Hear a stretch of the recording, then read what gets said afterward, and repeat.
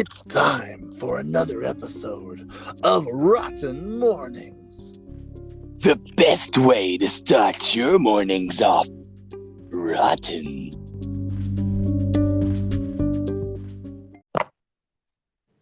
Good morning. Hello. Hello, good morning. Hi. Welcome to another episode of Rotten Mournings. That's right, it is morning.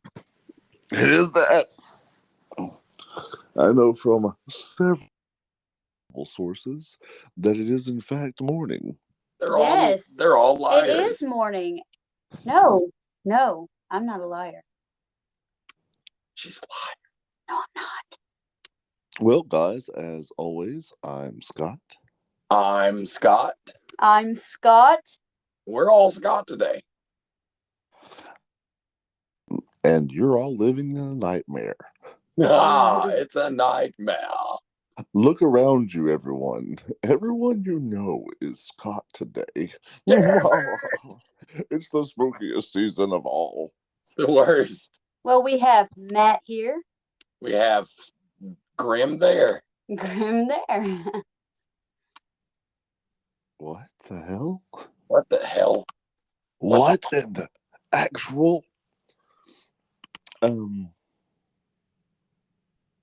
what? What?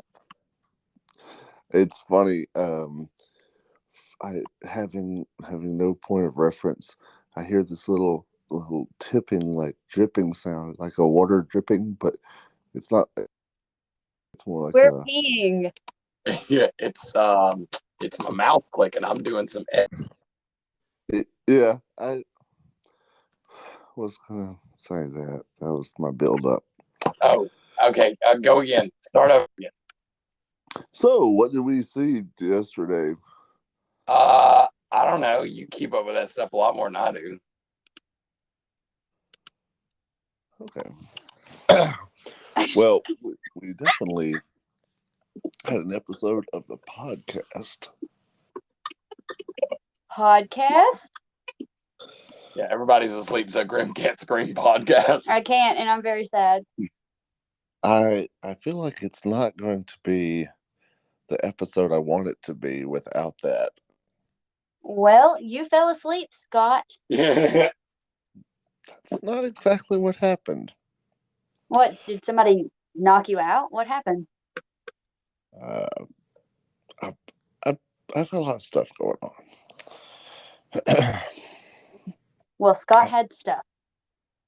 Yeah. So yesterday we had an episode of the podcast. What? I'm trying to think of what else. Let me just do a little scrolly poo here and see what. Yeah, we can cheat. Are you still there? Scott? Oh, God. Oh, shit. Oh, God. Scott. Scott, stop looking at things. I'll do it. Well, Scott died again. So now this is the Matt and Grim podcast. Yep. So we can talk about what happened and where we went. Yeah, today on Rotten Reviews, Rotten, Grim, and Matt.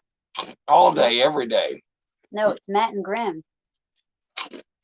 Scotty boy. Hey there, Scotty boy. Yeah. Yeah. As tempted as Grim was to scream podcast, that I was to release those 4 minutes as the podcast today. It's the spite episode. Okay, Facebook. I'll handle that. Yeah. You guys had a episode of Rotten Review of Hot for Heroes. Well, first I think we had behind the scenes. I have no way of knowing at this point. We had episode 3 of Behind the Scenes. It was me and Brandy and Jess going to Spirit Halloween. Oh, that's right. Yeah. We did a lot. We did a lot of photo dumps yesterday, also. Yeah. You guys did. And then we had a live of us going to Arx Mortis and Kill. Oh, you guys had the review before the live. Well, we had a live, and then we had the review after the live. Did you? It was us going to Arx Mortis. Oh, I certainly wouldn't know. And a little quick review of Haunt for Heroes. Really cool little haunt down in Center Point, Alabama. Yeah, good people. Yeah, awesome. Vic is an awesome dude. Yeah. Well, yeah. Yeah. And then we had another little live from the front of our Arx Mortis. Hell yeah. And then we had episode 28 of Rotten Strips again. Yeah, I guess that was everything. All right. So listen, I think the end of it was hilarious. It was. When he's like, Linda. We died of laughter. We died of laughter. We were watching it in the car on the way back from Arx Mortis. Was it? Yeah. Oh, yeah. that was that was the only part I liked too. That was the best part. I like that you added in the whole sound effects written on the screen to be a dick. What? That's me being a dick to me.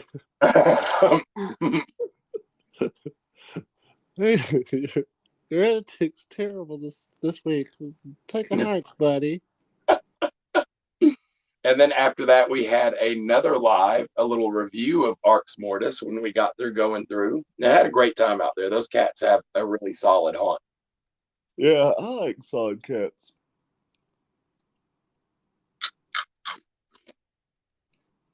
You're an idiot. Hey, Urine. fun fact about Arx Mortis is back in the day, it used to be called Uncle Charlie's, and it was my home haunt. First haunt I ever worked in. That is a lot of fun. There's you post up pictures of you from that. Yes, and I put up pictures. Cool. So that was all day yesterday. Yep, that was a pretty long day. Yeah. Was there something else that happened? I don't think so. Let's That's see. all I'm seeing. Yesterday was Wednesday. Thursday. Is today Friday? Today is Friday. Jesus. It's Halloween weekend, guys. Yep, it's Halloween weekend. It's the weekend finally, guys. It actually feels like it was only like a year ago when we started these projects. Yeah. I was going to tell you, that's funny that you say that. Okay, so you told me, so that's great. I'm glad we got that out of the way.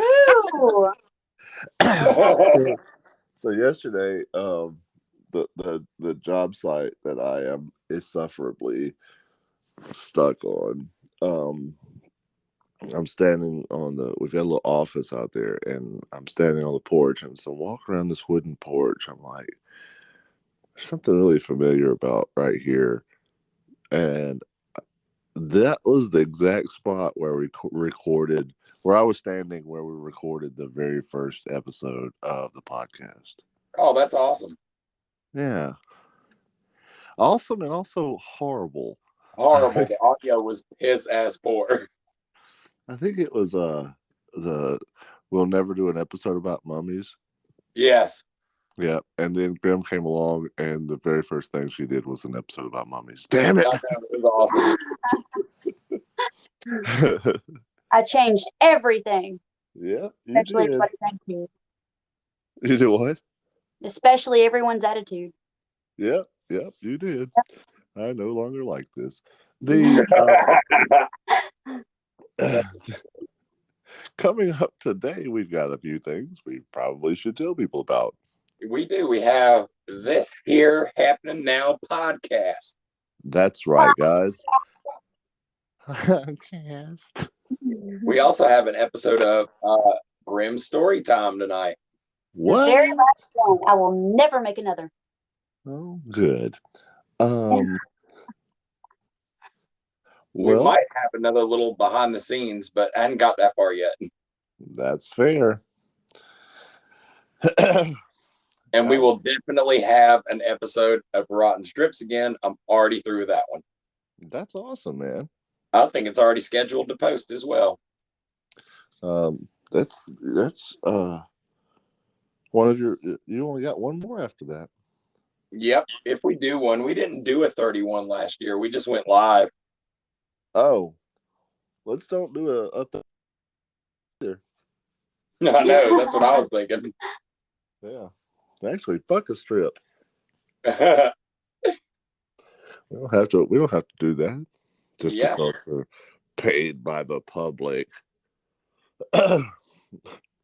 Just because we're publicly elected officials of what? No one elected us. Actually, no one would elect us. Yeah. All right. So got some really cool stuff coming up today. And then where would people find the Rotten tonight? Well, we were thinking about going to the Harvest on Friday night. Of course, you can find Grim and Carrie at the Hellbilly Hollow. Mm-hmm. They will have special guest Kevin Wayne out there signing autographs. Okay. So if you're into that kind of stuff, that could be a hoot. Yeah. Well, Kevin Wayne is this big actor and local celebrity and done a lot of films and stuff. And Yes, he has. My My favorite one of his I haven't seen is Hellbilly Hollow. Right. I would love to see that one.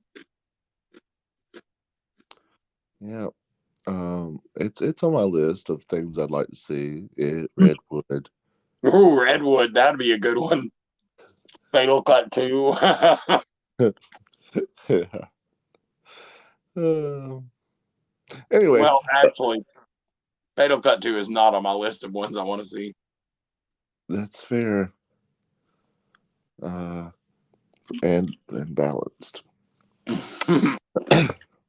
Hey, was there anything? That's it. So today, it's possible you guys will be at the Fright Guys Harvest. Possible. Yeah, it's possible. We're not making any more promises until the next fiscal year. Yes. And we're about tomorrow. We could go throw the line out up, right? What? I don't know what that series of words was. That wasn't a technical glitch. That was not poor connection. What about tomorrow? Throw the lineup up. Okay. All right, cool. Yeah, hey guys, what about tomorrow? Bop, bop, bop, bop, bop, bop.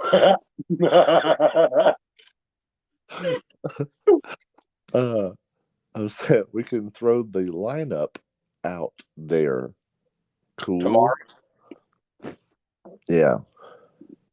All right, guys. Saturday we're going to Hellbilly Hollow, and Sunday we are going to be at the Haunted Chicken House. Not, we had a lot of build up for that. The end. Yeah, I'm gonna stop building stuff up because either someone drives a car over it as I'm building it up, someone pulls the steam out of it. Yep, kind of humped the bunk on that one, fella. Did you say I humped a shark? You humped the bunk. Hump the shark. No. I don't know what that means. It means you humped the bunk. Okay. You fucking pissed the bed. Yeah, but hump the bump sounds like I've seriously ruined someone's Wednesday. Yep. Yeah. Not my funk. Not my funk. What are you doing? What are you doing? I feel like you're just reading non sequiturs. And this is on Wikipedia. Oh, okay. Okay. Cool. Cool. All right, then. Well, we only have 2 more episodes of the podcast. Of this season. And it's been a lot of good stuff here. Really? I have wholesale forgot what we said. What's that? I think it's been fun. Yeah. Yeah. Yeah. I have wholesale forgotten what in the shit we were supposed to talk about today. Okay, let's go to the paranormal one. Snipe. No, I meant Snipe. what paranormal thing we were supposed to talk about. We'll be right back after this commercial break. Okay, and we're back with another 5-minute review. Today we'll be talking about Creepy Hollow Woods in Jay, Florida. This was a really, really neat hunt that I got to go to. In order to find this haunt, you have to drive down a long road in the backwoods of Florida, and then you come up onto just a stand of woods, and you find a little hole in the woods that says Creepy Hollow on top of it, and make your way in. There's a trail through the woods, and there's a ton of people getting super excited to go into this haunt. After being there for a while, you make it up to the tickets. And I say that, I don't say that in a bad way. I say that in a really good way. This is a really, really unique line, queue. And the people there are super excited just to be a part of it and to be going. And so it doesn't seem like this awful thing where you're having to wait forever. It seems like this really cool thing, like you're finally going to get your turn to do the really fun thing. So as you make your way up, you can get tickets and you can buy merch, and they have ATMs and there's restrooms, and it opens up into this big midway. The midway has other kind of merch stuff, and you can get your standard kind of carnival fare, but done in a really fun way. They've got tacos, and they have cotton candy and tacos, and they have you can get like fried Snickers and like fried Twinkies and fried Oreos, and they have tacos. So really, it's just got anything that you would want out of a midway. They got a couple of games. They had Jelly Ball, where you could shoot Jelly Ball, which is kind of like an Orbeez, kind of like paintball. So that's out there, and then they have bands on stage, and it's so cool because there's bands on stage. There's like wind blowing up, and they're all like super badass, lit up and jamming out. There's pyrotechnics, shooting fire. Guys, this is one of the most like party atmospheres that you could go to, and I've really been looking forward to going to this haunt for a very, very long time. So, walk through the midway. It's this very serious party vibe, and everyone is just having an absolute blast. You're waiting in line. They do a multi-tiered lines, and I'm not sure if that's their fast pass or what that is, but they set you up in different queue lines, and I thought that was kind of a neat way to get people to go through and kind of divvy them out. I haven't seen that at other haunts in that same way. So anyway, we begin the haunt. Our group goes into the haunt, and we go on to the elevator. We are in the elevator all cramped up, and the elevator takes off and slams us around while they are reading us the rules. And that's a very clever and very fun way to read the rules. Having everyone in this moving and kind of moving about elevator. You get out of the elevator, you are now in a reasonable facsimile of underground and your cave systems, and you're going through there. And guys, I'm just going to tell you, I don't want to give too much away about the inner haunt, but there are rooms where there's, people that are chopped up. There's rooms where there are half people. There's rooms where people are running on top of you, where things are happening beside you or in different, 360-degree space. It's just really neat. They make really good use of sets and props and lights and positioning, and it's an absolute blast. If you haven't had a chance to go out this weekend and check out Creepy Hollow in Jay, Florida, they'll be glad to see you, and you'll be glad you're gone. Anyway, that's our 5 minutes. Thanks. All right, and we're back with another 5-minute review. Today we'll be talking about the Insanitarium Haunted Attraction presents Creatures Carnival. Now, this is not a traditional haunted house. This is an event that is created as a fundraiser for the Insanitarium's new place, but it is a definite event that you want to go to this Halloween season. It has all of the elements that you're looking for in a Halloween event, and it's just an absolute blast. The guys out there are having so much fun with it. So let's kind of jump into this here. Now, they are open on the 30th and the 31st. This is they make the note that this is not a haunted house. This is a supportive outdoor event for this year. They have 2 events, and they're at one location. That is 8433 Gadsden Highway in Trussville, Alabama. Which, if you guys haven't heard our reviews of this before, go check those out. This is in Argo, so this is close to the ROTN home base. They do have a family-friendly event from 10 a.m. to 3 p.m., and it's $5 admission, cash only for all ages. And you can bring the kids out there. It's a really neat little spot, and they'll get to have a different option from just trunk-or-treating. They get to do some midway games. It's kind of fun. And then they do the nighttime Freaky Frights event from 7 p.m. to 11 p.m. That'll be on the 30th and the 31st. So they will have Halloween events this year. $5 admission there. And so you pay your $5, you get in, and then there are some tickets that you can buy in order to, do the games, do the midway games. And so that's kind of neat, and that's how you pay for the midway games, by buying the tickets, obviously. So that's a little bit about the place and where the place came about from. Now let's talk about the place itself. This really impressed me.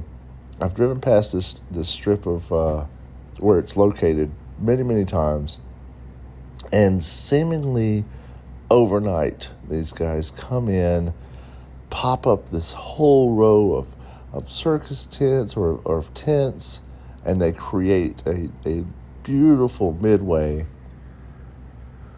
There's a big tower, there's people, and I don't know that I have been to a haunt ever where every single person was excited to be there. And they were. Every single person, hey, come talk to us. Just really excited to be there, and really excited that we were there, or that anybody was there. Just excited to see all of their guests, and I think that's really, really wonderful. I think we played darts. We threw darts and tried to hit the the balloon. Matt played limbo when we were out there. Just a series of, we threw basketballs, all of the kind of the classic Midway or State Fair kind of games. They had those, and it's somehow they made this dark carnival like exactly what it needed to be. It's dark, it's creepy, but there's the smell of food in the air. There's people laughing. There's all of these things, and it is just an absolute euphoria to be in this space that was, like I said, it was kind of built just up overnight. So anyway, guys, their haunt, when they have their whole new location ready, it's going to be amazing. But this weekend, if you're looking for a place to take the family, or if you're looking for something a little bit different to do on Halloween, the 30th and the 31st, go out and check them out. That's the Insanitarium. You'll be glad that you did. All right, guys, that's been our 5 minutes. Thank you so much for listening. We'll be back next week, or yesterday. Guys, welcome to the supernatural section. Woodley! Woo! To a topic that is more than just regular natural. It's supernatural. It's like natural. Even more than normal. Today we'll be talking. What? What? Oh my God. And action. Let's go, Scott. We're ready. Okay. Today we'll be talking about a creature that comes from swamps, the forest, really from a lot of different places. Build up if you already know what it is. Yeah, I agree. Yeah, it's will-o-wisp. Interesting that you're trying to do the bill up since I know what it is this time. Yeah, fuck this. It's will-o-wisp.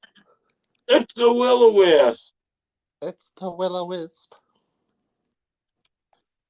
So just to give you a little quick introduction, in folklore, a will-o-wisp or will of the wisp or ignis fatuus, igneous fatass, is an atmospheric ghost light seen by travelers at night, especially over bogs, swamps, or marshes.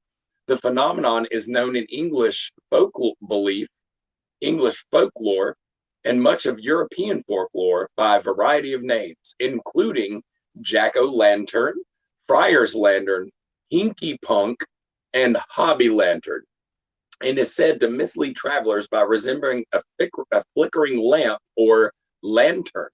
In literature, will of the wisp metaphorically refers to a hope or goal that leads one on, but is impossible, or sometimes one finds sinister and weird. So, in short, it's a flickering flame in the moors or wooded areas. Okay, so you think you said this thing was called an ignorant fat ass? Yes, an ignorant fat ass. No, it's not. A giddy flame. It's ignorant fat ass is Latin for giddy flame. Oh, I got you. Giddy. Oh, giddy's the other word for like merry and gay, right? Yes. Okay. So a gay flame. Okay. Good deal. This is a neat one, and we actually this last season. Did we? Yeah, we touched on it when we were doing the, our season of movie reviews in Cemetery Man. There is will-o-wisp. Oh, yes, that's true. That is true. Yeah, and we don't get to see them depicted very often in media like that, so kind of neat to see. But in Cemetery Man, it was depicted very well. It was depicted really well, and if you like marshmallows, bonus. It's like a bonus. Bonus. Bonus. Bonus. I'm Boners.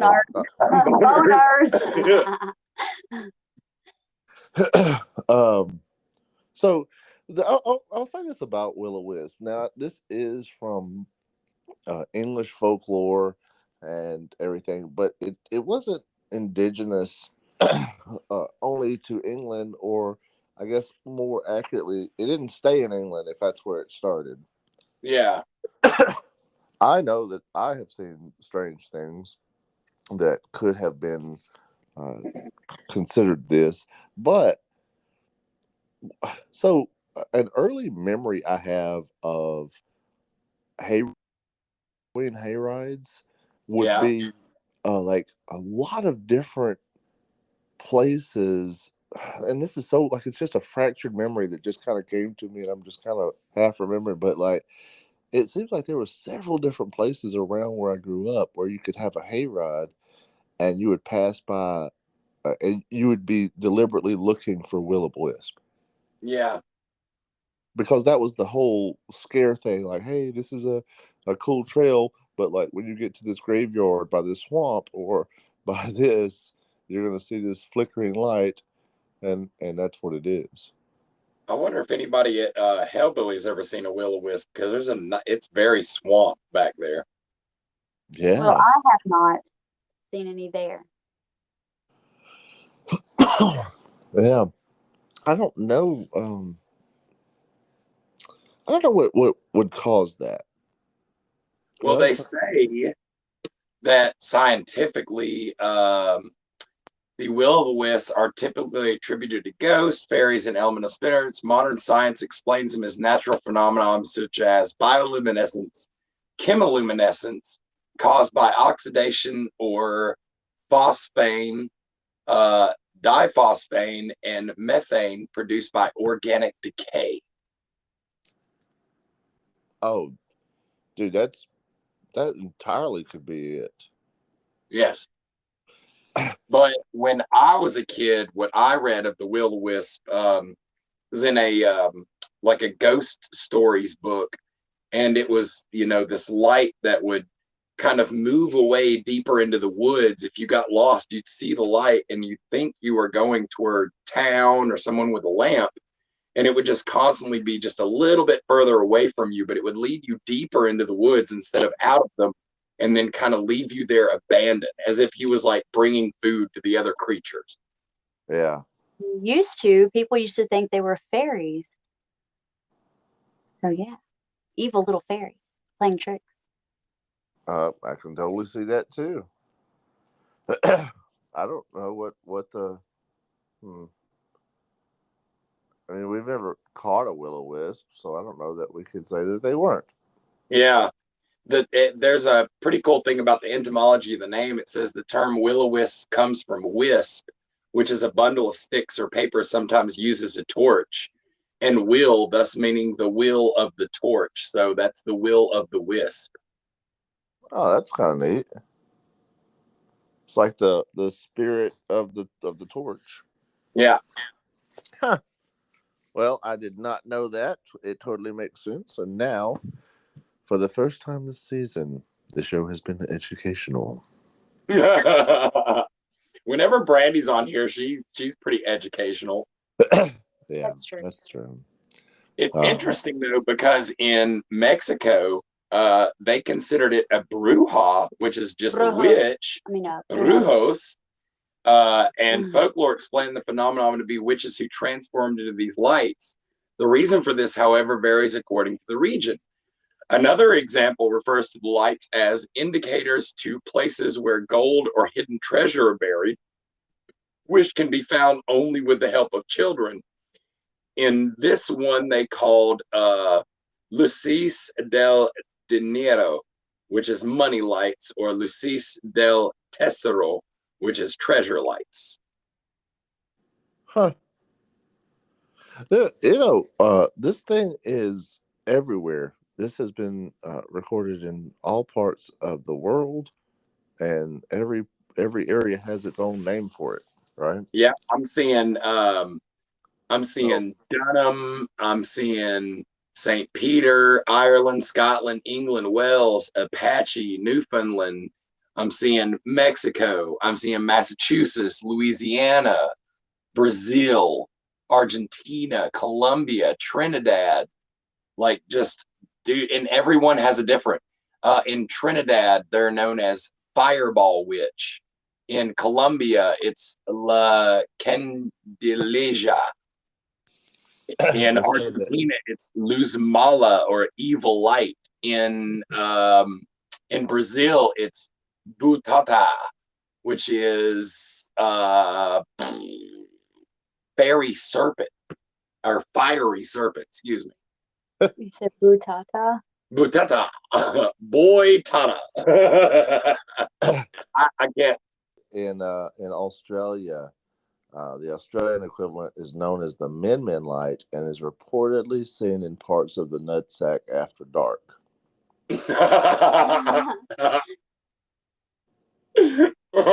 An Irish version of the tale has a ne'er-do-well named Drunk Jack, or Stingy Jack, who, when the devil comes to collect his soul, tracks him into turning into a coin so he can pay for his next one last drink.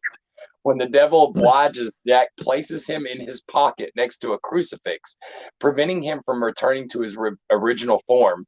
In exchange for his freedom, the devil grants Jack 10 more years of life. When the term expires, the devil comes to collect his due, but Jack tricks him again by making him climb a tree and then carving a cross underneath, preventing him from climbing down. In exchange for removing the cross, the devil forgives Jack's debt. However, no one as bad as Jack would ever be allowed into heaven, so Jack is forced upon his death to travel to hell and ask for a place there. The devil denies him entrance in revenge, but grants him an ember of fire of hell to light his way through the twilight world, to which lost souls are forever condemned. Jack places it in a carved turnip to serve as a lantern. The end. Well, Here it says that these phantom lights are spirits of lost souls who are trapped between heaven and hell. yeah. Matt, your story was like, man, I wonder how that ninth grader who wrote that story is doing nowadays. Dude, everything on Wikipedia reads like a ninth grader writing it. Well, like our other supernatural stories have been clearly 5-year-olds telling a ghost story. And then But this guy's a little bit more, right? Like, this is a gifted ninth grader who is now working as a salad tosser at Applebee's. I don't think you want to equate children and that together. Oh, he grew up. That's what I'm saying. I got you. So it's like, yeah, there was this guy named Drunk Jack, and the devil was like, I'm going to hear for your soul. And then he's like, turn into a coin, and he put him next to a cross. And so the devil couldn't like come back. And he was like, I'm going to give you 10 more lives. And then he was like, climb this tree, and he carved a cross in it. The devil's like, oh, you sneaky little fucker. Here's a light and a turnip. Get the hell out of my sight. Light and a turnip. Oh yeah, that's the original jack-o'-lanterns were turnips. Turn up for what? Let's turn down for what? Whatever. Boat guy. Boat guy was a will-o'-wisp. What the shit and tot? Boat guy could have been a will-o'-wisp. He was.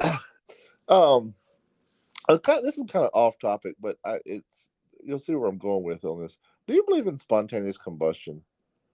Yes, I mean, to a point, yeah. Okay. So I was thinking about this yesterday. Out at one of my locations that I'm working at, there's a big pile of sawdust. And periodically, it'll just start smoking. And we've talked to it about like why it shouldn't smoke and the cancer and everything. But no, periodically it will catch fire on its own accord because of the chemical breakdown and the pressure from the sawdust pushing down on it creates fire. Right. So that chemical reaction creates fire, creates flame just sitting out there.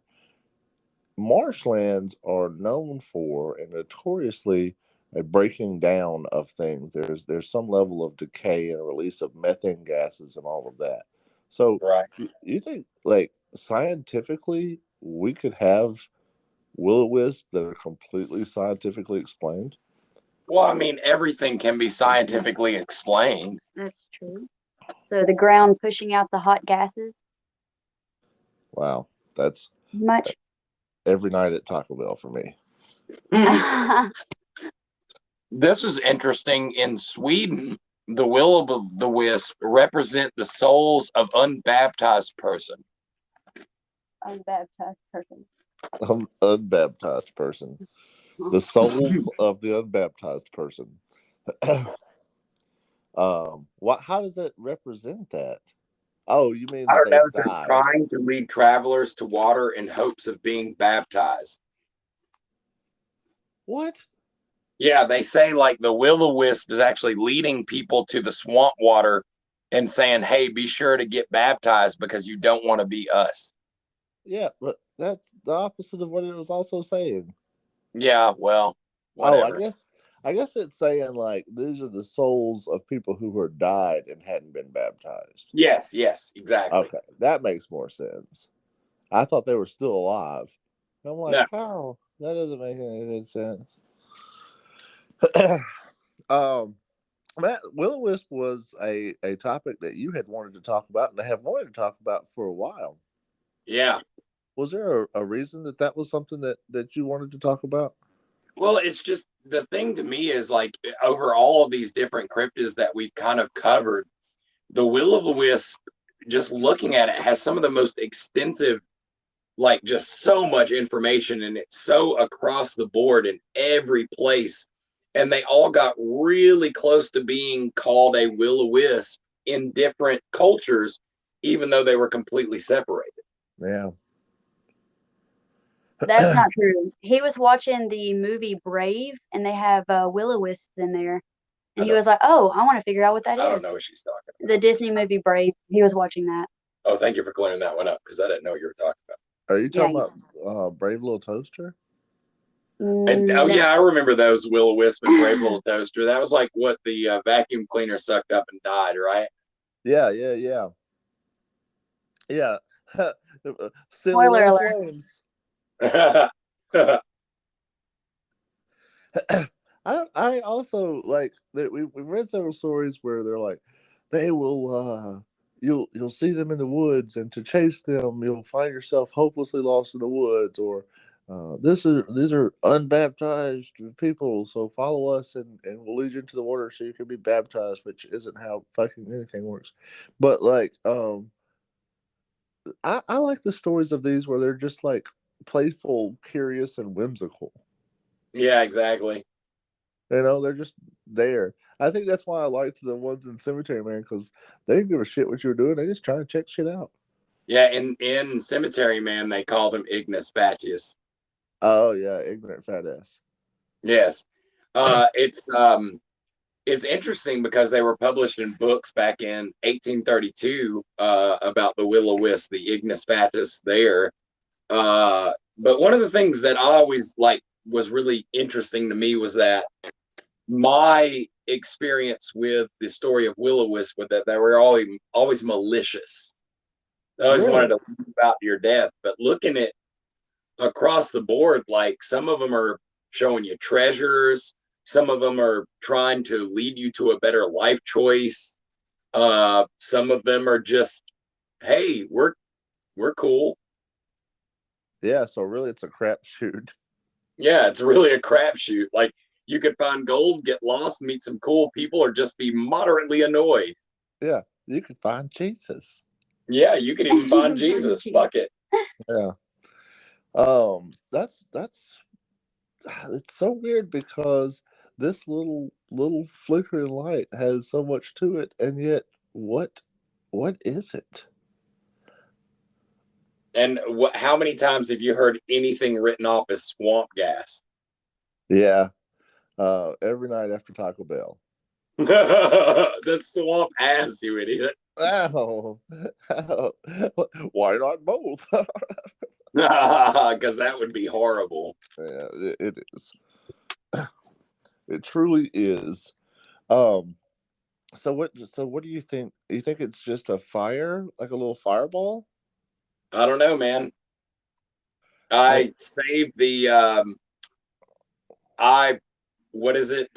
Suspend my disbelief because I like to believe that everything could be possible. That's true. yeah, yeah. I think the thing about like thinking from a scientific standpoint, like if it was a ball of fire, what would continue to fuel it? Um, in a purely scientific world, however, that's irrelevant. The metaphysical or the preternatural worlds. Well, scientifically speaking, organic decay leads to photon emissions, and photon emissions can basically act just like a bioluminescence or a sort of a small amount of burning of photons in oxygen.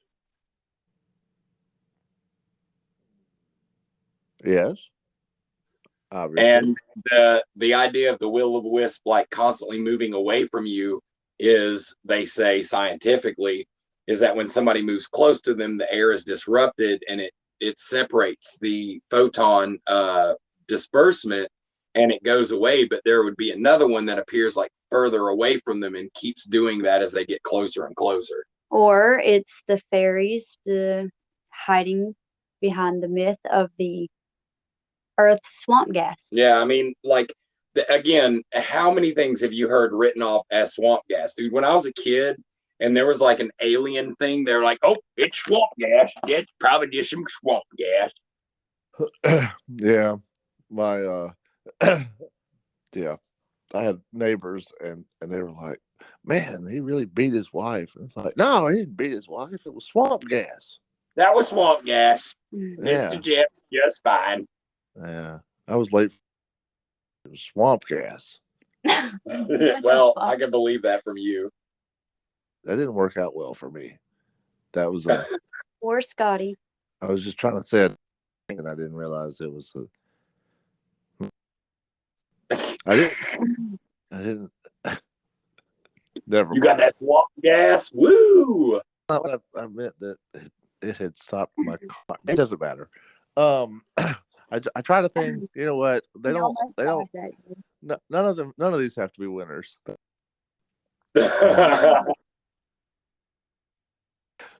Guys, that's been Will-O-Wisp. Is there anything else we need to talk about them? I don't think so, man. That's a fun little cryptid. That's been swamp gas. That's what that's been. I think we got a lot more out of this than I even thought we would get out of this. Yeah, me too. And I will. It is the 29th. This is the start of the Halloween weekend, and Will-O-Wisp is one of the most iconic Halloween things because this was. I agree because it's jack-o'-lantern oriented. Yeah. So if you haven't, guys, go out and give a Will-O-Wisp a hug. Just zoned out. Did you guys ever see a will-o'-wisp? Have you? Yes. Well, I've written off some of my occurrences as like possibly alien, but the last story I told where the light was going down the road and kept moving away from us, that could have been described as a will-o'-wisp. Mm. Yeah. What was it? It was like a kind of a bluish green. That's the colors that they see that it is. Blue green. So fun. Yep, absolutely. All right, guys. Well, this has been another episode of Rotten Mornings. You guys stay rotten. Stay rotten, guys.